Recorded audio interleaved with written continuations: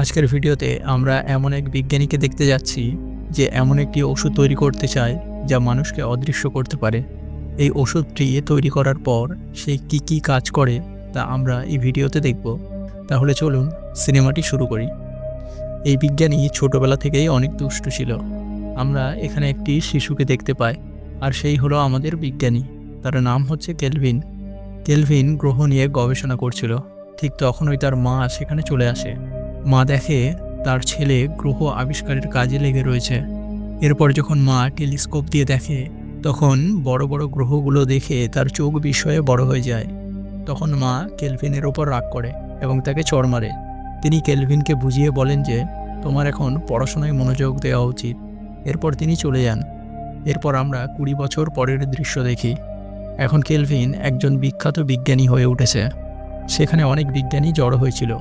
Kelvin তাদেরকে তার ওষুধ সম্পর্কে জানায়, কারণ সে একটা ওষুধ তৈরি করেছে, আর এই ওষুধটা যে কোনো মানুষকে অদৃশ্য করতে পারবে।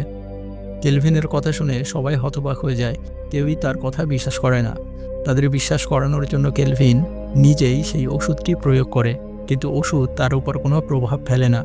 সেখানে উপস্থিত বিজ্ঞানীরা কেলভিনকে নিয়ে মজা করতে শুরু করে। তারা জোরে জোরে হেসে ওঠে।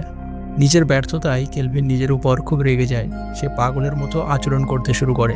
এরপর যারা তার উপর হাসছিল তাদেরকে মারধর করতে শুরু করে। অপমানের কারণে কেলভিন এতটাই রেগে যায় যে সে 4 জন বিজ্ঞানীকে মেরে ফেলে। কেলভিনের মানসিক অবস্থা ঠিক নেই বলে আদালত তাকে শাস্তি দেওয়ার বদলে পাগলাগারদে পাঠিয়ে দেয়। এরপর আমরা 6 মাস পরের দৃশ্য দেখি। এখানে দেখা যায় কেলভিন পাগলাগারদ থেকে পালাচ্ছে। তখন আমরা জানতে পারি কেলভিন এখন পুরোপুরি সুস্থ। অন্যদিকে আমরা কয়েকজন স্কুলের দুষ্টু ছাত্রকে দেখি। তারা বেশ বেয়াদব।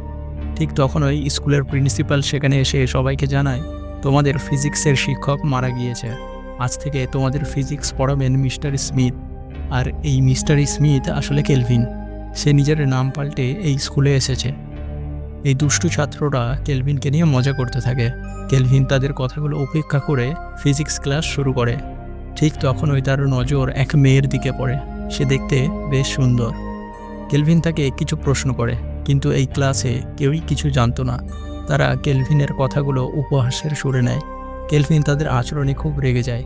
এরপর কি হয় তা আমরা ভিডিওর পরবর্তী অংশে দেখব।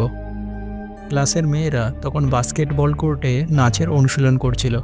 সেই সময় সেখানে কেলভিন আসে এবং তাদের নাচ করতে দেখে পুরোপুরি মুগ্ধ হয়ে যায়। নাচের অনুশীলন শেষে মেয়েরা স্নান করতে চলে যায়, কিন্তু কেলভিন সেখানে দাঁড়িয়ে তাদেরকে দেখছিল। ঠিক তখনই তাদের ক্লাসমেট জর্ডান সেখানে আসে। সে গোপনে মেয়েদের স্নান করতে দেখে। কেলভিন এটা লক্ষ্য করে এবং জর্ডানের যাওয়ার পর কেলভিন নিজেও সেই জানালা দিয়ে মেয়েদেরকে দেখতে শুরু করে। ঠিক তখনই স্কুলের প্রিন্সিপাল সেখানে এসে উপস্থিত হয়। প্রিন্সিপাল কেলভিনকে জিজ্ঞাসা করে, তুমি এখানে কি করছো? কেলভিন হঠাৎ প্রিন্সিপালকে দেখে খুব ভয় পেয়ে যায়, কিন্তু সে উত্তর দেয়, আমার টাকা পড়ে গেছে, তাই আমি সেটা খুঁজছি। প্রিন্সিপাল তখন কেলভিনকে জানায় যে তাকে এক মেয়েকে টিউশন পড়াতে হবে এবং তিনি সেই মেয়েটির ঠিকানা দিয়ে দেন। এরপর আমরা কেলভিনকে তার বাড়িতে দেখি।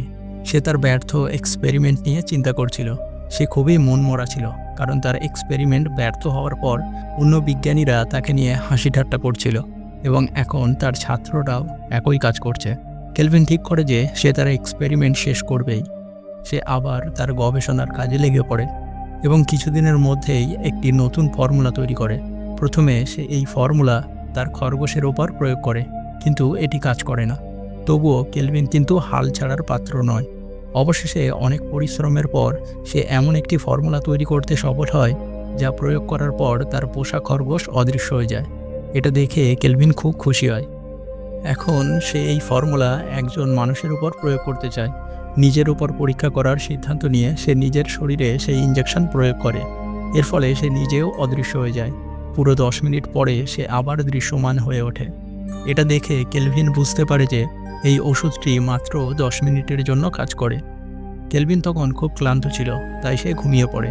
ঘুমের মধ্যে তার স্বপ্নে অনেক মেয়ের ছবি ভেসে আসে, যারা তাকে তাদের কাছে ডাকছিল। হঠাৎ তার স্বপ্ন ভেঙে যায়। সে এই স্বপ্নকে বাস্তবে পরিণত করতে চায়। তখন তার মনে পড়ে প্রিন্সিপালের দেওয়া ঠিকানার কথা। সেটা তার ক্লাসের এক মেয়ের বাড়ির ঠিকানা ছিল। এরপর সে সেই ইঞ্জেকশন প্রয়োগ করে মেয়েটির বাড়িতে যায়। সেখানে গিয়ে সে মেয়েটির সব কাপড় খুলে তাকে ছুঁয়ে দেখে। এবং কিছুক্ষণ পর ফিরে আসে।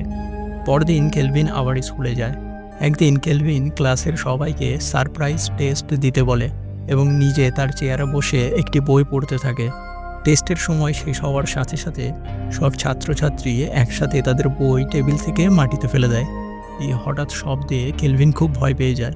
কেলভিনকে ভীত সন্ত্রস্ত অবস্থায় দেখে ছাত্রছাত্রীরা হাসতে শুরু করে। এই হাসির দৃশ্য দেখে কেলভিন তার পুরনো অভিজ্ঞতার কথা মনে করে, যেখানে কিছু বিজ্ঞানী তার পরীক্ষা নিয়ে হাসি তামাশা করেছিল।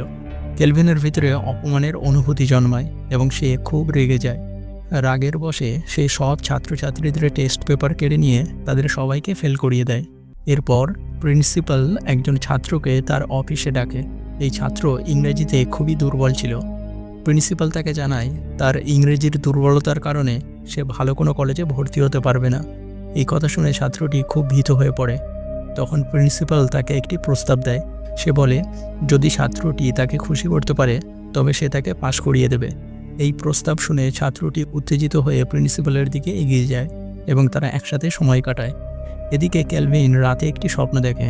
এই স্বপ্নে তার শৈশবের একটি ঘটনা দেখা যায়, যেখানে একজন ডাক্তার কেলভিনের মাকে বলছেন যে কেলভিনের বুদ্ধি খুবই প্রখর এবং সে যা চায় তা অর্জন করতে পারবে, তবে তার হৃদয় খুবই দুর্বল এবং অপমান সহ্য করতে পারে না। পরের দিন দুই ছাত্র টয়লেটে কেভিনের বিরুদ্ধে কথা বলছিল এবং কিভাবে তার থেকে প্রতিশোধ নেওয়া যায় তা নিয়ে পরিকল্পনা করছিল। কেলভিন তাদের কথা শুনে ফেলে। কিছুক্ষণ পরে কেলভিন ক্লাসে ফিরে গিয়ে পড়াশোনা শুরু করে। এর মধ্যে প্রিন্সিপাল তাকে আবার অফিসে ডাকে। প্রিন্সিপাল জিজ্ঞাসা করে কেলভিনের জীবনে কোনো নারী আছে কিনা। কেভিন জানায় যে এখনও সে অবিবাহিত এবং তার কোনো প্রেমিকাও নেই। এই কথা শুনে প্রিন্সিপাল খুশি হয় এবং কেভিনের কাছে গিয়ে তাকে প্রলুব্ধ করার চেষ্টা করে। কিন্তু কেলভিন একজন কঠোর নীতি অনুসরণকারী ব্যক্তি। প্রিন্সিপাল তার প্রত্যাখ্যান দেখে রেগে গিয়ে কেলভিনকে হুমকি দেয় যে যদি সে তার দাবি পূরণ না করে তবে তাকে স্কুল থেকে বের করে দেওয়া হবে এবং মাদক গ্রহণের মিথ্যা অভিযোগ আনা হবে। প্রিন্সিপাল কেলভিনের ইঞ্জেকশন পেয়েছিল, যা দিয়ে সে তাকে ব্ল্যাকমেল করতে চেয়েছিল। পুলিশের নাম শুনে কেলভিন ভয় পেয়ে যায়। কেলভিন প্রিন্সিপালের সাথে ঘনিষ্ঠ হতে বাধ্য হয়, তবে সে মনে মনে রেগে ছিল। প্রিন্সিপালের সাথে ঘনিষ্ঠ হওয়ার সময় সে তাকে হত্যা করে। এরপর কেলভিন প্রিন্সিপালের অফিস থেকে বের হয়ে ক্লাসরুমে ফিরে আসে। বাচ্চারা মিলে কেলভিনের সঙ্গে মজা করে, কিন্তু তারা জানতো না কেলভিন আসলে কে। তাদের এই মজা কেলভিনের রাগ বাড়িয়ে দেয়। এরপর কেলভিন স্কুলের গেটের দিকে যায় এবং বাইরে যাওয়ার সব পথ বন্ধ করে দেয়। সে একটি ইঞ্জেকশন বের করে নিজের শরীরে ইনজেক্ট করে। এরপর সে অদৃশ্য হয়ে যায়। অদৃশ্য হওয়ার পর কেলভিন প্রথমে একটি কাপলের কাছে যায়। প্রথমে সে ছেলেটিকে আক্রমণ করে, তারপর তার পোশাক ছিঁড়ে তাকে মেরে ফেলার জন্য তাড়া করে। মেয়েটি নিজের জীবন বাঁচানোর জন্য দৌড়াতে থাকে, কিন্তু কেলভিন তাকে হত্যা করে। এরপর সেখান দিয়ে দুটি মেয়ে যাচ্ছিল। তারা মেয়েটির মৃতদেহ দেখে ভীষণ ভয় পেয়ে যায় এবং দৌড়ে ক্লাসরুমে চলে যায়। সেখানে কেলভিন আগে থেকেই বসেছিল। মেয়েরা এসে কেলভিনকে জানায় যে তারা তাদের বান্ধবীর মৃতদেহ দেখেছে। এরপর কেলভিন তাদের ক্লাসে বসে থাকার নির্দেশ দেয় এবং নিজে পুলিশকে খবর দেওয়ার অজুহাতে ক্লাস থেকে বেরিয়ে যায়। কিছুক্ষণ পর কেলভিন আবার ইঞ্জেকশন নিয়ে ক্লাসে ফিরে আসে। এবার কেলভিনের কণ্ঠ শোনা গেলেও তাকে কোথাও দেখা যাচ্ছিল না। এতে মেয়েরা ভয় পেয়ে দরজার দিকে দৌড়ায়, কিন্তু দরজা বন্ধ পায়। এরপর কেলভিন তাদের একজনের পোশাক খুলে তাকে ফিশ ট্যাঙ্কে ডুবিয়ে মারে। এরপর সে আরেক মেয়ের কাছে যায়, যাকে প্রিন্সিপাল কেলভিনের প্রিয় বলে উল্লেখ করেছিল। এরপর কেলভিন তার একটি বিশাল সাপ মেয়েটির মুখে ঢুকিয়ে দেয়। সাপটি এত গভীর পর্যন্ত ঢুকে যায় যে মেয়েটি শ্বাসরোধ হয়ে মারা যায়। পরবর্তী দৃশ্যে আমরা ভিকি এবং তার বয়ফ্রেন্ডকে দেখতে পাই। ভিকি স্নান করতে যায় এবং তার বয়ফ্রেন্ড বাইরে অপেক্ষা করে। ভিকি যখন স্নান শুরু করে তখন কেলভিন সেখানে আসে। এরপর সে ভিকিকে জলে ফেলে দেয়। জলের মধ্যে বিদ্যুৎ প্রবাহিত হওয়ায় ভিকি সেখানেই মারা যায়। ভিকি অনেকক্ষণ ধরে বের না হওয়ায় তার বয়ফ্রেন্ড ভিতরে গিয়ে দেখে যে কেউ ভিকিকে মেরে আলমারিতে ঢুকিয়ে রেখেছে। এই দৃশ্য দেখে সে ভয় পেয়ে যায়। এমন সময় কেলভিন তাকে আঘাত করে এবং ভীত হয়ে ছেলেটি পালানোর চেষ্টা করে, কিন্তু কেলভিন তাকে মারধর করে ছাদ থেকে ফেলে দেয়। এই ছেলেটিও মারা যায়।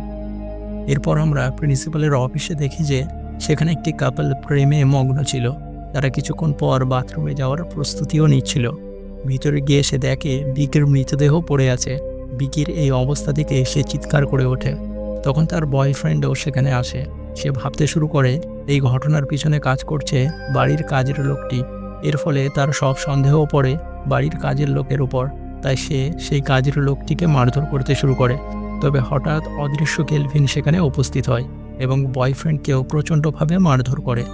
জর্ডান খুবই শক্তিশালী ছিল, তাই সে কেলভিনের সঙ্গে লড়াই শুরু করে। এই লড়াইয়ে কেলভিন আঘাত পায়। লড়াই চলতে থাকলে 10 মিনিট কেটে যায় এবং ইঞ্জেকশনের প্রভাব শেষ হয়ে যায়। কেলভিন তখন দৃশ্যমান হয়ে পড়ে। কেলভিনকে দেখে সবাই হতবাক হয়ে যায়। তবে এই সুযোগে কেলভিন জর্ডানের উপর আক্রমণ করে। সে জর্ডানকে ঘুষি মারে এবং জর্ডানের বান্ধবীকে আঘাত করে। এরপর কেলভিন নিজের বাড়িতে ফিরে যায় এবং জিনিসপত্র গুছিয়ে শহর ছেড়ে পালানোর পরিকল্পনা করে। ঠিক তখনই জর্ডান বন্দুক নিয়ে সেখানে উপস্থিত হয়, কিন্তু কেলভিন তাকে ধোঁকা দিয়ে আবার ইঞ্জেকশন নিয়ে অদৃশ্য হয়ে যায়। এবার কেলভিন জর্ডানকে প্রচণ্ড মারধর করে। ঠিক তখন সেখানে আরেকটি ইঞ্জেকশন পড়েছিল, যা জর্ডান নিজের হাতে নিয়ে নেয়। ইঞ্জেকশন নিয়ে সে অদৃশ্য হয়ে যায়। এবার দুজনেই একে অপরের সঙ্গে লড়াই করতে থাকে। হঠাৎ বন্দুকটি বাতাসে উঠে গিয়ে গুলি চালায়। এদের মধ্যে একজন মারা যায়। গুলির শব্দ শুনে নিচে থাকা পুলিশরাও উপরে উঠে আসে। পুলিশরা মৃতদেহটি দেখে ভাবে এটি কেলভিনের লাশ, তাই তারা সেখান থেকে চলে যায়। পুলিশ চলে যাওয়ার পর কেলভিন জোরে হেসে ওঠে। তবে এখানেই তার গল্প শেষ হয়নি। সে আবার এক ইঞ্জেকশন নিয়ে বেরিয়ে পড়ে। এর মধ্যে আমরা টিভির পর্দায় এক নিউজ অ্যাঙ্কারকে দেখতে পাই, যিনি কেলভিন সম্পর্কে খবর পড়ছিলেন। কেলভিন প্রতিশোধ নিতে সেখানে উপস্থিত হয় এবং লাইভ টিভিতে সেই অ্যাঙ্কারের পোশাক ছিঁড়ে ফেলে। এতে সবাই বুঝে যায় যে কেলভিন এখনও জীবিত আছে। আর এখানেই সিনেমার গল্পটি শেষ হয়।